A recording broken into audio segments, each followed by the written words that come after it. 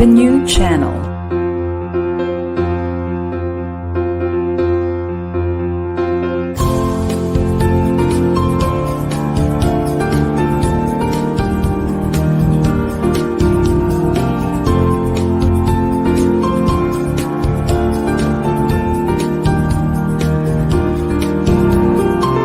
The new channel. Hashtag TNC Now.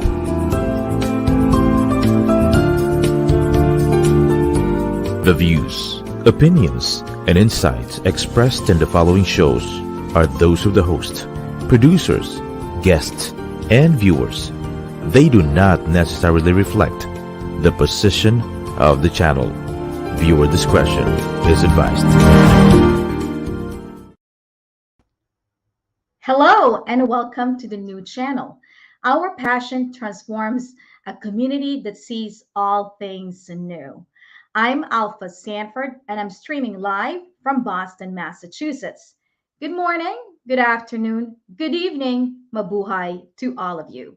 Welcome to Once a Teacher, Always a Teacher, Season 2, Episode 3.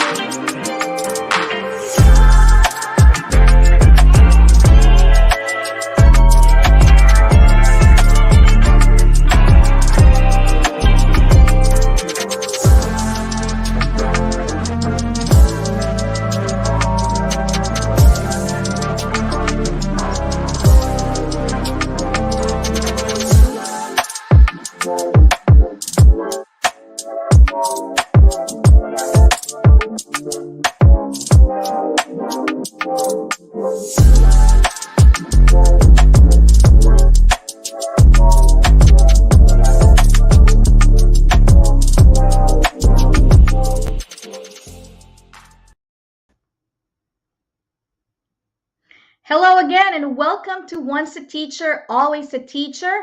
I'm your host, Alpha Sanford. All right, folks, I'm glad that you are joining today's episode because today's episode, I'm hopeful that it's going to be very inspiring to all of you. The reason why I say that is because a few years back, this is around 2013, 2014, a particular TED Talks by our guest today has really inspired me to the extent that in some of the equity classes that I delivered, I actually shared this TEDx talk to everyone in my class. And then since then, I've followed our special guest because of the amazing work that she has done in the public ed sector in the Philippines. So tonight, if you are a public school teacher in the Philippines, or if you're a public school teacher here in the US, please take down notes. I'm sure you will be inspired, or I hope that you will be inspired by the end of this show. Before I will bring her in, let me just greet the Philippines Happy Independence Day, right? It's June 11th here in the US, but in the Philippines it's June, wait a minute, I think it's June 12th in the Philippines. Anyway, June 12th is the Philippines Independence Day.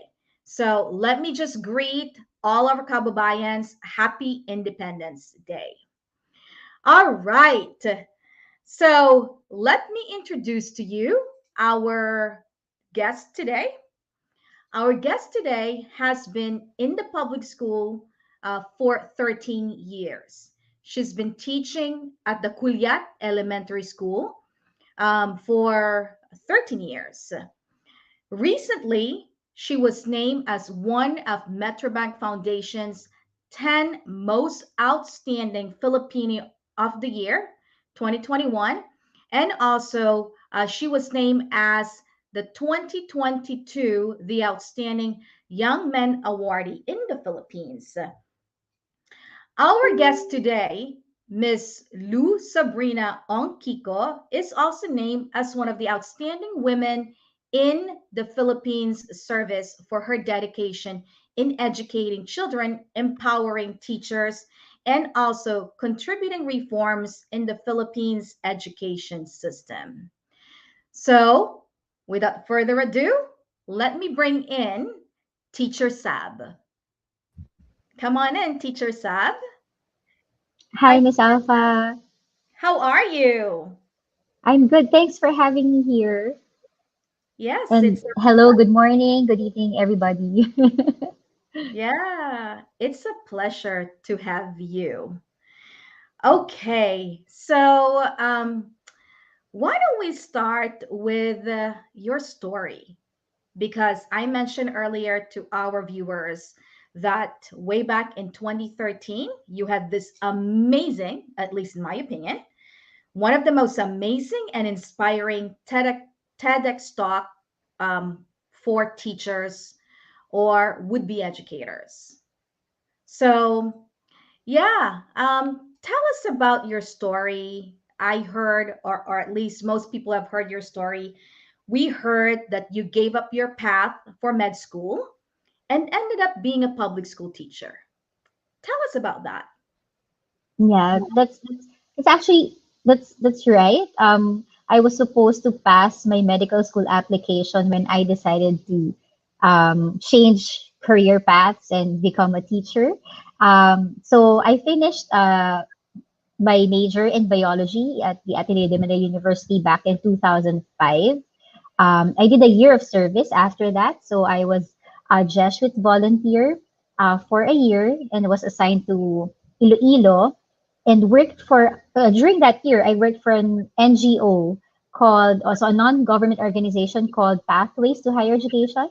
Mhm. And that's actually very instrumental in my discernment, to choose to go into teaching instead. So when I came back from that year of volunteer work, I literally got a call. So when you say like I was called to teach, I really literally got a call from my mentor inviting me to attend a meeting with young professionals. And I was wondering why was I there? But she Mhm. was talking about like she wanted to recruit uh, science majors to become science teachers because she believes that's what our country needs. And that's really true. We were very poor, like the Philippines are in the bottom in terms of science outcomes, right? So after that meeting, I was really bothered. Like I couldn't sleep. And I was wondering why that was bothering me so much. So Mhm. I did a discernment, and my mentor. So I had a spiritual director before. Uh, he he advised me to look at three things. He was telling me like Sab, look at your passion. What is life giving for you? And then I realized, oh, life giving for me is when I'm in front of kids, when I'm doing volunteer work teaching them. Second, Mhm. what are you good at? What's your skill? Mm. So it should be life giving, and what's your skill? And then I realized that it was very natural for me to break down concepts and to really like I want to make sure that people learn. And then the third one is what's the need? What does the world need that you can contribute to? And I realized I can't turn my back on kids who are not in school, Mm. who can get a better future but are not getting that right to education. So he said the intersection of your passion, your skill, and your need is your vocation. And I realized after thinking about it that it wasn't medicine, but teaching. So I changed track. So that's the short of it. There's a longer story behind it, but that's the summary. That's great. So, really, the call for you to serve in the public, and or at least the call for you to teach came through. That's amazing. Yeah, that's really amazing. What I love what you said is really about the intersection of your passion, your skill, and what are the needs that needs to be addressed. And I think in one of your most recent TEDx talks, I have not watched it, but you also talk about what was that about? Your talk to the senior students, looking or what do Who you do you want to want to be? be? Yeah, what Yeah. do you want to be? Right. So I think for people who may be at a fork in their lives and trying to figure out what they want to be, that's a great advice, right? That's a wonderful advice. So that's such an awesome path, reflecting in terms of what you want to be. And now you're a teacher. Why did you choose to teach at a public school? Well, in college, I was doing volunteer work during summers. So we Mm-hmm. usually have summer classes. I would use like half of my summer time to teach public high school students. And and then I realized that there were a lot of challenges, a lot of gaps which we don't Mm-hmm. fully understand because we're not in that in that world. And I was wondering, if I'm going to be a teacher, where do I want to put my energy and skill? If I am to be better at this, where do I want to put all those things in? Mm-hmm. And if you look at the demographics in the Philippines, almost 90% of our students are in the public school. So if you make the public school system better, that affects like majority, like 90% of your young population who would grow up and vote and make changes in society, make a difference. So if you want um to build the nation through education, then you go to the public school because that's what we need to improve on to improve our country. So that's what I believe. That's great. So, talking about improving, the education, what are some of the things that you've been doing lately, aside from being a teacher at Kulyat, that is helping the country's public school system? Um, well, this pandemic, I realized that uh, we the education sector shouldn't work alone and wouldn't be able to uh, produce or solve our own problems because the problems are really interconnected with one another.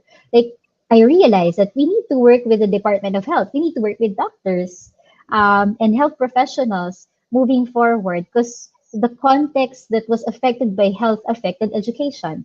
And so I'm working with doctors right now. So Mm-hmm. I've partnered for our school. I've partnered with developmental pediatricians and child psychologists because as teachers, we're not experts on mental health, but doctors would know what to do. And we have to have this discussion in partnership.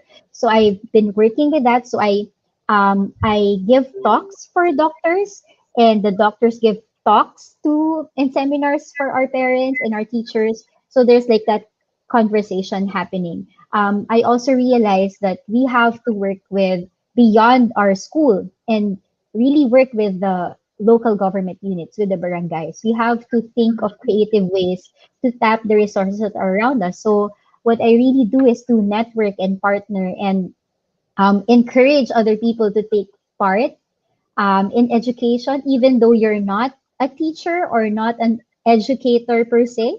But if your skill is something that can benefit, the students. So I've partnered with individuals who are um, dance coaches because they provided dance club sessions for our students. So Mm-hmm. like virtual dance club sessions. I've partnered with public speakers to give trainings for our students with theater groups, etc. So I'm more like a manager now, working with other people. Yeah. Yeah, that's great. I certainly believe in terms of the power of the community and really providing these wraparound services to our students, especially after the pandemic. And I'm so glad to hear that you are doing that for your students. Yeah, that's really wonderful. Thank you. And Yeah, I'd like to say um, I'm very grateful to all the people who's been helping our school, yeah, go through this pandemic. So thank you. yeah. Speaking of your school, I read somewhere that all of your students love you. And it's almost an amazing result when all of your students say they love you because, they learn a lot from you and things like that. So I am curious, as a teacher, how do you connect and build relationships with your students? Well, as a teacher, I think we always have to start from where they are. Okay, yeah, meet where You they are, have to, yeah, right. So right? you have to know you because you can't help them if you don't know where they are. If you Yes. assume that you know better and not like go down first to their where they are, then you couldn't pull them up. Mm, Um, my students would know when a teacher cares. So you mm, have to genuinely uh, want to get to know them so that you know how to like approach them, how to talk to them.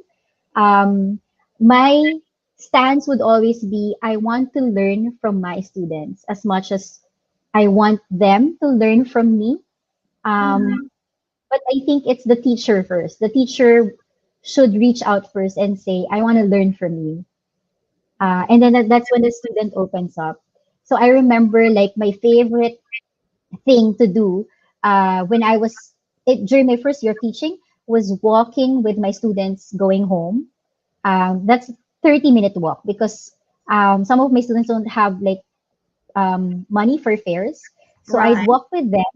And that's the best part of the day because during that moment, it's the students who are teaching me about their lives and I'm the one taking notes. And Mhm. that really helped me a lot, like in terms of perspective, in terms of like the context they're in, because it's not a world that I'm used to. It's my world was different before I came into the public school. So it you have to really take the time to listen and learn from your students. That's pretty good. In fact, based on what you had mentioned, teacher said, it reminded me of a conversation that I had with one of my colleagues with regards to curiosity, right? So there are some teachers where, the instinct to care is not quite there all the time, right? So the question is, how do you teach um, teachers whose natural tendency is not to like ask questions and things like that? And so the answer that I got was, learn to be curious, like see something that's different or may not be similar to your experience. And I thought you just confirmed that. That's pretty good. Yeah, that's pretty good. So for those viewers who are not quite familiar with the demographics of the classroom or the elementary school that you teach, can you describe to us what is it like? So Kulyat Elementary School, it's such a small school.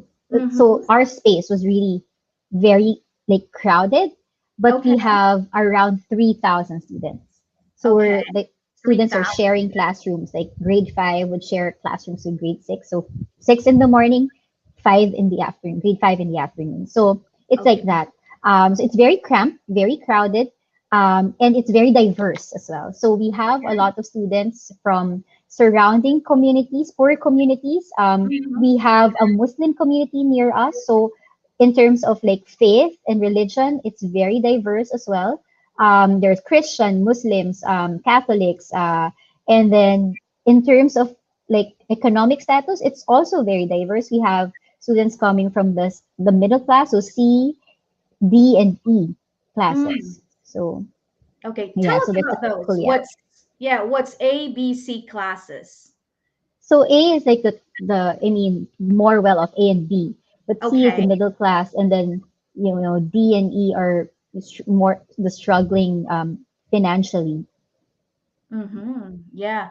So really, you have a diverse group of students, including, not just economically diverse, but also I heard you have Muslim students in your classroom, which is pretty amazing. So tell me, how do you include all of these different diverse learners in your class so that they're gonna feel welcome and things like that? So it's well, I'd like to tell a story about that. Yes, So please do. I was Yeah. so I was teaching like, English, and every Friday was story day, and I brought a story to class which I thought was really nice, and it's called like it's about Christ, but it's about him being a king Mm-hmm. and a loving king. And I did a whole like introduction about the story, and I was apologizing to my Muslim learners, like, I'm so sorry, it's about Jesus Christ. I know Jesus Christ is a prophet in your religion. And then one Muslim boy raised his hand and he said, Ma'am, magkwento ka na lang po. Okay. Ma'am, just tell Yeah. the story. Yeah. But and the point is, if that story is good, it's going to be good, Mm-hmm. right? And so while I have to consider the context and I have to respect like the context of my students, I also have it shouldn't come from me like to make things like about the differences, but I want to also maximize and take advantage of similarities. Like for example, I have to be mindful that similar what's similar. For example, everybody loves stories. That's similar. Mm-hmm. So I have to take advantage of that, right? But I have to take note of differences as well. Like how would they take it? So that would come in later. But like Mm-hmm. what the Muslim boy reminded me was like, ma'am, all of us we love stories. So just let us listen to this story. So it's that kind of like a balance between knowing the similarities among your students and the differences and working with them.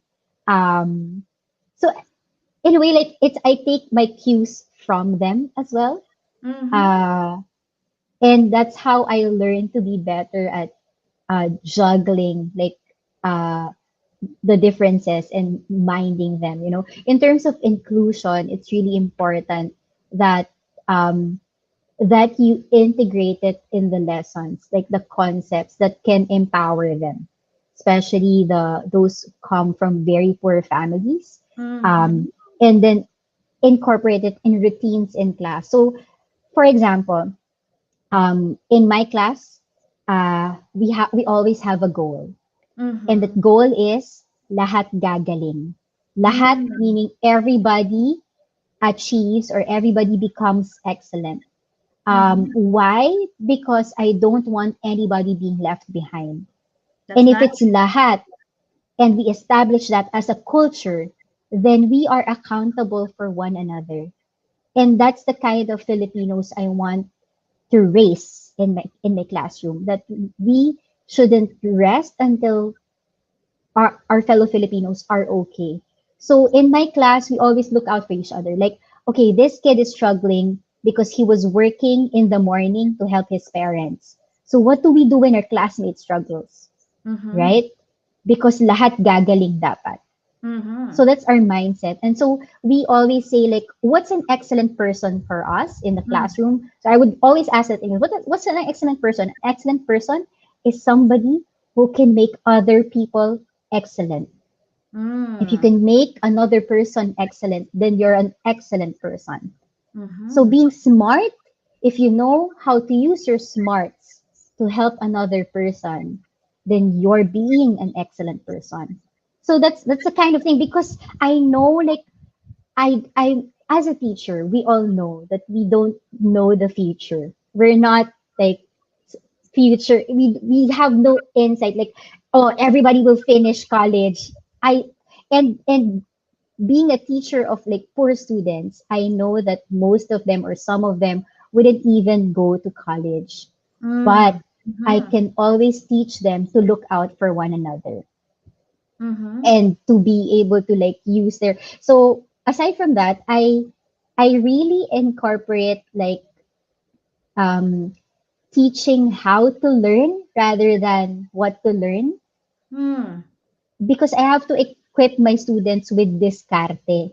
You know what discarte, Miss Alpha, means, right? Yes. So Yeah. discarte is like how you try to solve your own problems. How are you creative about, going through the challenges in life? That's your discarte. And because most of my students are poor, then I have to teach them strategies to learn, so that even if they don't continue to go to school, they would find ways to learn in whatever they're doing. If they're just doing, side jobs. But if you are good at learning, then you can rise the ranks and become like a supervisor eventually, right? So that's what I hope to do. Like, so I I also use like whole brain teaching to be able to do that. So we have a routine called Teach OK. So Okay. we teach until everybody's okay. So that's linked to the goal of lahat gagaling. Hmm. Sorry, this is taking a lot of story time, but just for you to imagine like how it happens in my class. So after I teach the lesson, they would have to teach one another, and that wakes Okay. up your brain, because scientists say that if you're able to teach another person, that means you've learned it. So I'm using the strategies of peer teaching, whole brain Mm. teaching, and also like the social emotional learning of taking care of one another all in one routine. So that's, I guess you can say, like, if you're a teacher, it's really good that you learn different strategies, and like I really want to be evidence based. So I do research different strategies to help my students learn. Oh, that's pretty good. I can only imagine how you embed all of these different strategies in your classroom. But what I truly love is how you teach your students how to look out for one another. And I'm curious, are there like specific strategies or tips or lessons that you actually teach the students how to look out for each other? Or is it just, you teach as the moments arise? Um, so like what I said, like what I shared before, one strategy is teach okay. Okay, teach. So Mm-hmm. so they have to, after I teach a lesson, Mm-hmm. they teach one another. So I say teach, and then they say okay, and then they face each other.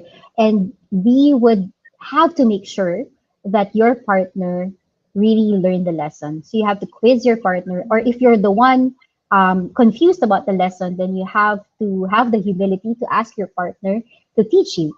So that's how we help one another. And really, it raises the scores of my students. So I do that before I do the quiz, or like I do an activity just for them, just for the lesson to be reinforced, number one, but also to make sure that they're helping one another. Mm-hmm. And the thing about it is that they find different ways of teaching one another. Mm. So it's not just quizzing. Some of the kids would make like paper games, which they hand to their partners, and the partners would answer, or they play games like guessing games. So Mm-hmm. they become really creative on what I was talking about, how to learn. So Mm-hmm. so there are three things. So this is what I read about in research. There are three things that raises in intrinsic motivation. One is a sense of competence. So the Mm-hmm. students should feel that they can do it. So that's what Teach OK does. It Good. raises your Yeah. confidence about like, hey, I'm Mm-hmm. learning. I know. And then second is a sense of autonomy, like they have Mm-hmm. a choice in the matter. And what the Teach OK does is that it gives them a choice of how to review their lessons, right? And then the Mm-hmm. third one is a sense of belonging, Mm-hmm. that in the process, they feel that they're being supported. Even if they make mistakes, somebody will help them and guide them to find the right answer. And they're still accepted. They will not be rejected if they make mistakes, because it's that kind of environment where the goal is lahat gagaling. And we use Teach OK to supplement that, to support that. So it builds the intrinsic motivation of the child, but also increases like the capacity for learning. So that's one of the strategies I can share, because I've been doing it for years and I've seen how it works. That's great. Is Teach OK a curriculum or is it just a strategy? It's a strategy. I learned Yeah. it from whole brain teaching. Okay. Yeah. Okay. Wonderful. Yeah. This is wonderful. I love how the students get to teach their peers, which is the application of the skills that they've learned, which then, measures their understanding of the lesson. Yeah, that's great. All right. So, what are the barriers that you see in teaching at an economically disadvantaged area? So the hardest thing about uh, teaching uh, in high poverty areas, or Mm-hmm. in a school that has a high incidence of poverty, is that you have no sense of control. Like, you Okay. have a very small locus of control in terms of your students' context. If it's just teaching, it's easy, right? Madali Mm-hmm. lang kung magtuturo ka na lang eh, at hindi mo na Mm-hmm. isipin yung konteksto. But Mm-hmm. if you have to think that your students are hungry when they come to school, that sometimes they don't come to school because they don't have money for fare, um, or they're sleeping in class because they had to work in the morning before coming to school, or they've been abused at home. Mm-hmm. Um, I have no control over that.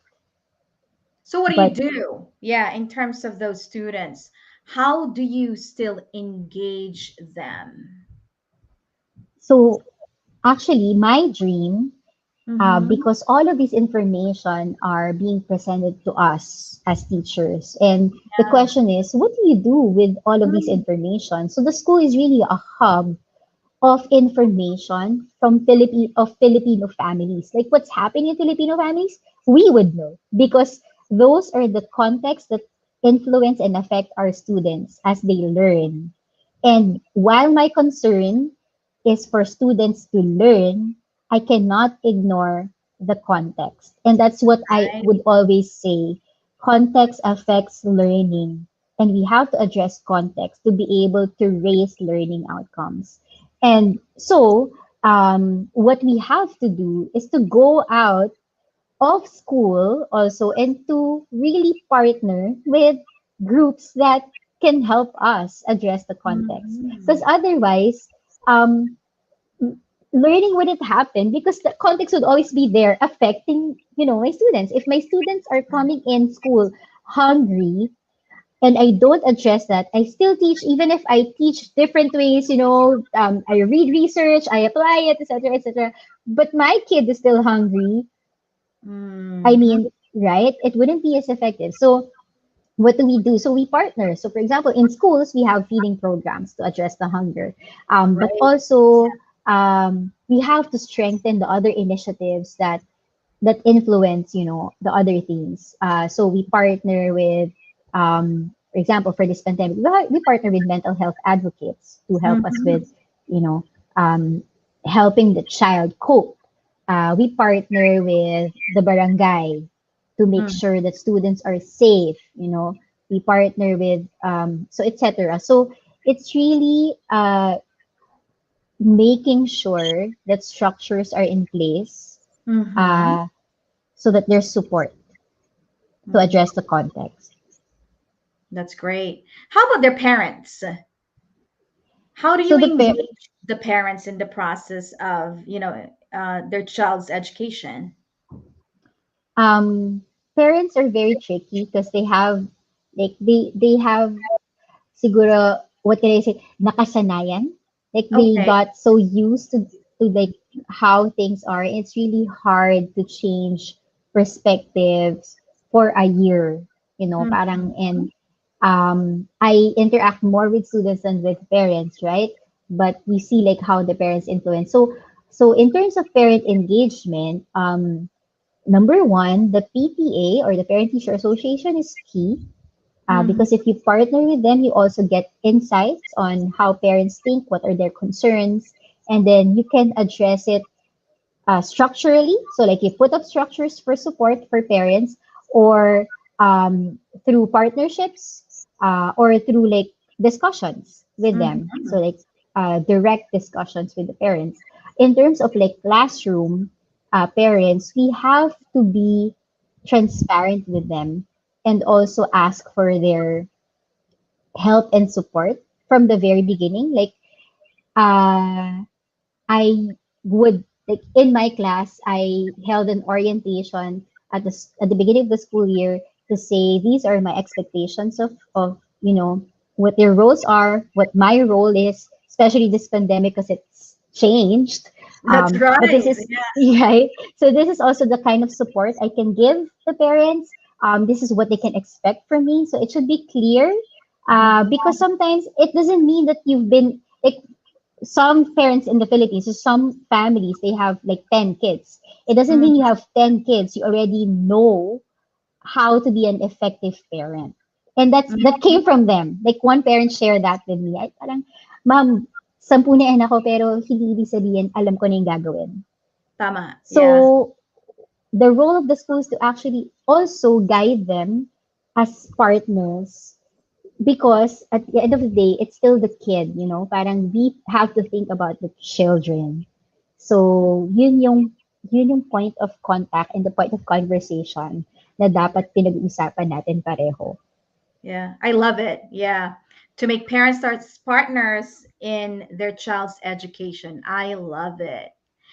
Okay. Switch naman tayo, Teacher Sab, when it comes to advice that you could give to educators and school principals. Actually, before you answer that question, I'm curious. You've been in the public school setting for 13 years.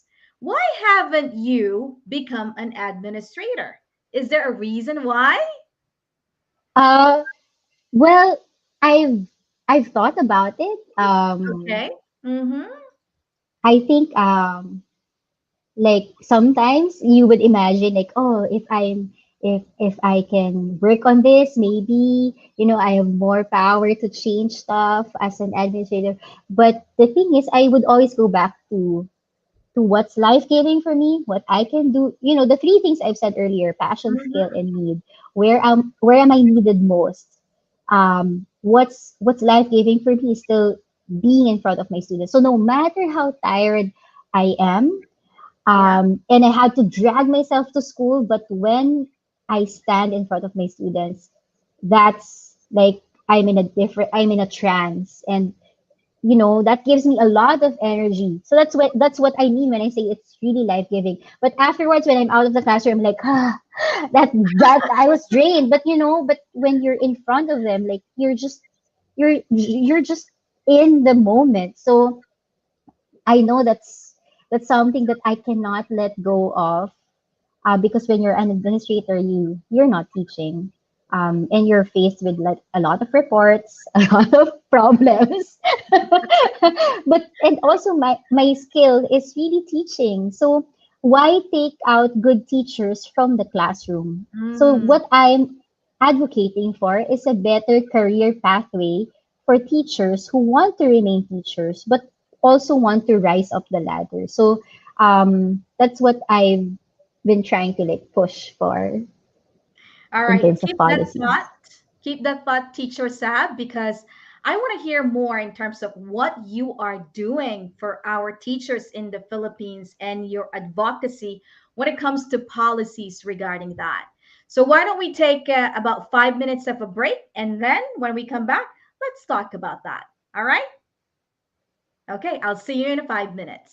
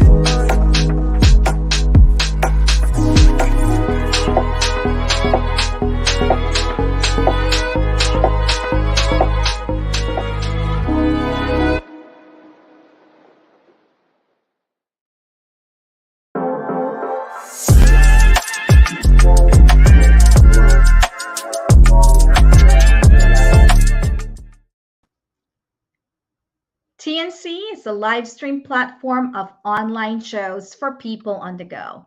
Please watch all our shows as seen on the screen. Imagine having your own show, your own playlist, your own content, but we make it easier for you. TNC aims to transform the lives of our viewers through engaging, authentic, and original content. Our vision is to become a global 24 over 7 live stream channel that showcases Filipino talent, global influencers, cultural intelligence, and ingenuity. Please continue to watch and support Once a Teacher, Always a Teacher on selected Saturdays. You can watch live or on replay via Facebook or YouTube. You can also follow us on Instagram. You can also listen to us on Spotify and Apple Podcasts simply by searching hashtag TNC Now. For sponsorships, please email now at thenewchannel.com or send us a DM. Enjoy these life changing shows because we made them for you. All right, folks, welcome back. All right, I'm hoping that you are all feeling inspired and are taking down notes from what Teacher Sab has been sharing with us the past 30 minutes.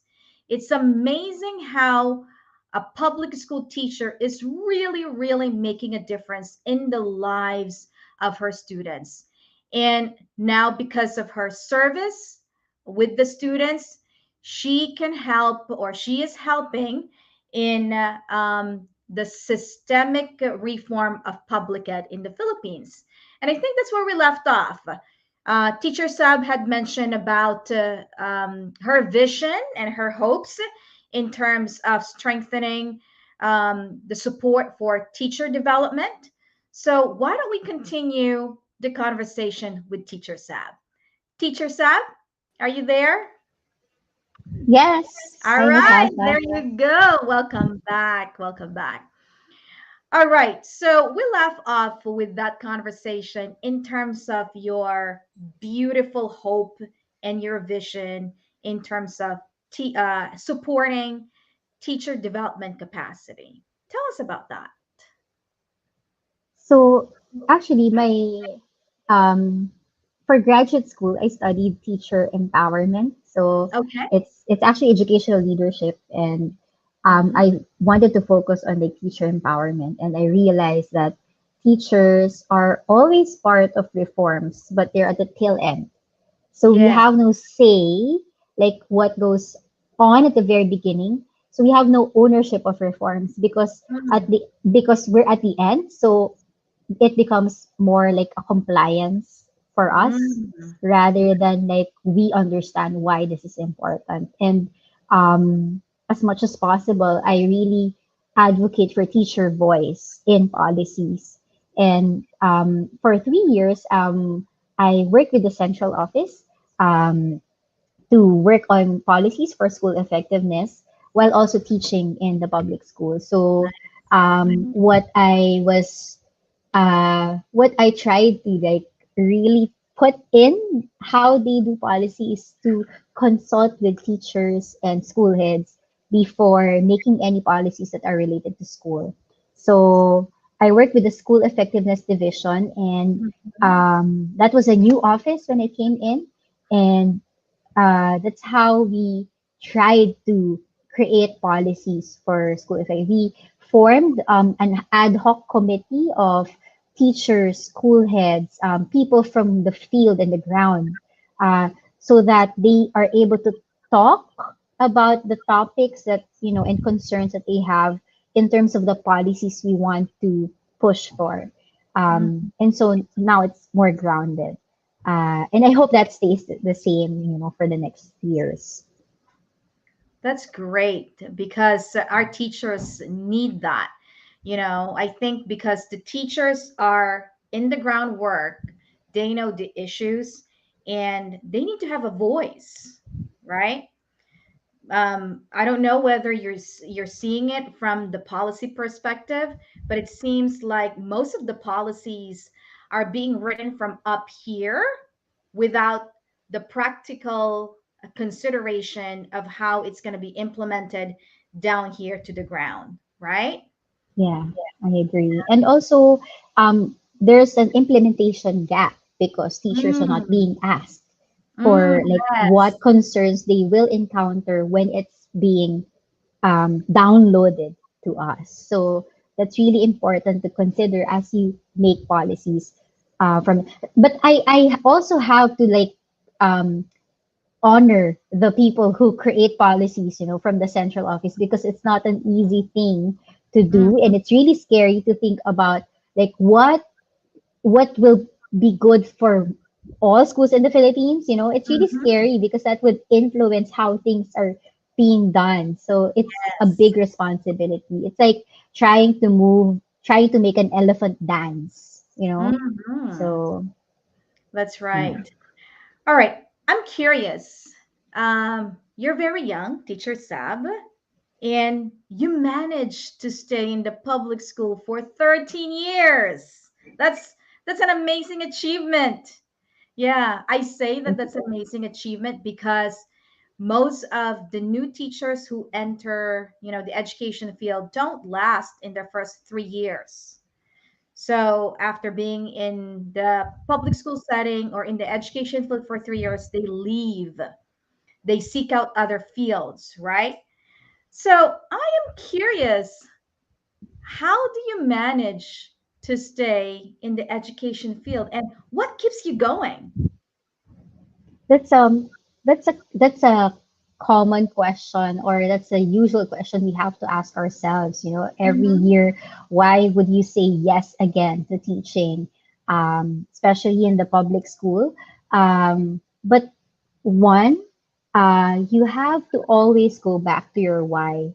That's why it should be clear to you why you're entering the profession in the first place, because Mm-hmm. that's what you will hold on to when things get, messy and hard. And I would always say that in Filipino language, no, isang letra lang ang pagitan ng pinili at pinilit.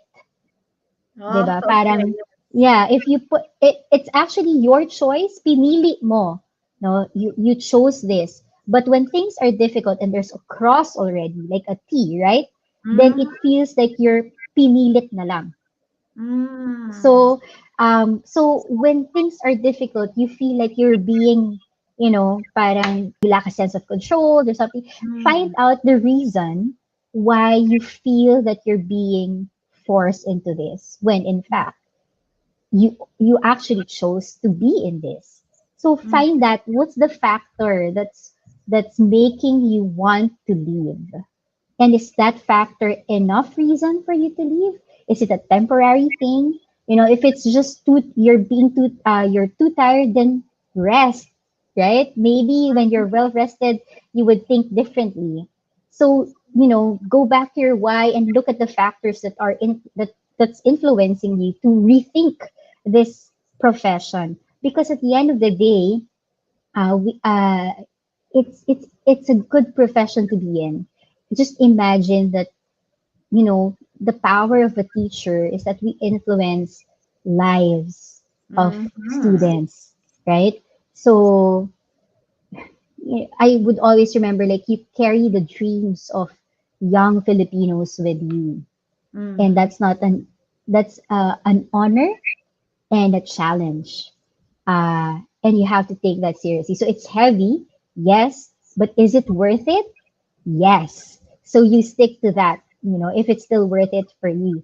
And another thing is, during prayers, there was one time that God reminded me that why I'm really here. He said, Sab, like in prayer, it came Mhm. like as an answer that, Sab, I didn't call you to teach. I called you to love. And that's the point. Teaching is my form of loving. So just remember, when you're facing difficulties, what's the loving thing to do? Because at the end of the day, that's what you're called to be, and to do is to love. So if it's you're finding difficult to love your students, what's the loving thing to do at this moment? If you're finding it difficult to love your school head, your co-teachers, what's the Yeah. loving thing to do? Because at the end of the day, teaching is just one form of loving. So we go back to that, it's really like at the core of it. Mhm. Um, One question that I have in mind right now is, how do you foster that love? Natututunan ba ang magmahal sa profession na to? Can you learn how to love this profession? What Yes, do of you teachers course. have? um, I know that a lot of teachers didn't choose teaching um, because they really want to teach. Like some of them were forced into this. They didn't have. I know people didn't have enough money.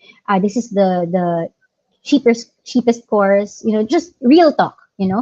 Um, and then second, parang they were just forced by their parents, or it's the easiest course to get into college. So many reasons, for them to be in this profession. But at the course of teaching, it's hard to not fall in love with it, especially if you see students grow and develop in front of your eyes. Like at the end of the year, you see how different they are from when they came to your classroom. You see how much they've improved, or like when they hug you and thank you, like that makes it worth it. It's hard to not say that you don't love teaching. And I like nga that this shows parang once a teacher, always a teacher, because you bring that, you know, honor and nobility and love for the profession everywhere you go. Right? You'd always be, I'm a teacher. We're so proud to say that, diba? Not just during Teachers Month, but whenever you're asked, what's your work, what do you do, I'm a teacher, and there's like pride in that, diba? So for me, parang how do you cultivate that love? You look for the grace in every day. What Even in the most difficult days, there would always be grace, and be grateful for that. And that's how you build your resilience as a teacher and as a person, like in general, diba? Oh, I love it. Grace and gratitude. That's amazing. That's a great formula to get through a tough day in school. Yeah. Yeah. A teacher Sab, any insights for school leaders? You've seen the way I see you, and the way, I understand your work is that you are a practitioner, but at the same time, you consult, and then you also manage to inform and help in terms of the policy reform in the Philippines. So you see it from here all the way up there. So, what any insights or tips that you can share to school leaders? Yeah, I'm actually very grateful for that kind of perspective, because it doesn't come so easily, right? So Mhm. coming from that perspective, where I see like from the top and the bottom and the middle, Right. it's important, like as school leaders, to not just focus on achievement, like scores, but I go back to what I said earlier, that we have to address the context, because context affects teaching and learning. Get to know your students better, get to know your teachers better, because their context should affect and influence the structures, the policies, the processes that you do in school. Mhm. Because that would, even though that's indirect, it has a major effect on learning outcomes. So we can't raise academic outcomes if students and teachers are struggling with mental health, for example, or are facing challenges. Um, and we don't address that, then, we're not being, we're, that would definitely influence like the achievement that we want to happen in school. So there, parang as leaders, it's really important to have the kind of empathy and being grounded on context, to be able to improve our schools. Mhm. That's wonderful to hear. And lastly, Teacher Sab, if you have any of your students who are watching right now, and to any of the students out there who may be feeling not at their best right now, but still have hopes and dreams and desires. Can we hear a message from you to inspire them? Just remember that you can change dreams. You can put down dreams if you think it's not working for you and pick up another dream as long as you're holding on to some dream, you know? Um, and in Filipino, there's a word called pag-asam, Mm, desire, and go back to what you really desire for yourself, for your family. Imagine that kind of life that you want. And that's your pag-asam. But remember, inside the word pag-asam, there's the word pag-asa. Because inside those desires, that's where our hope lies. You continue to hope because you desire for a better life.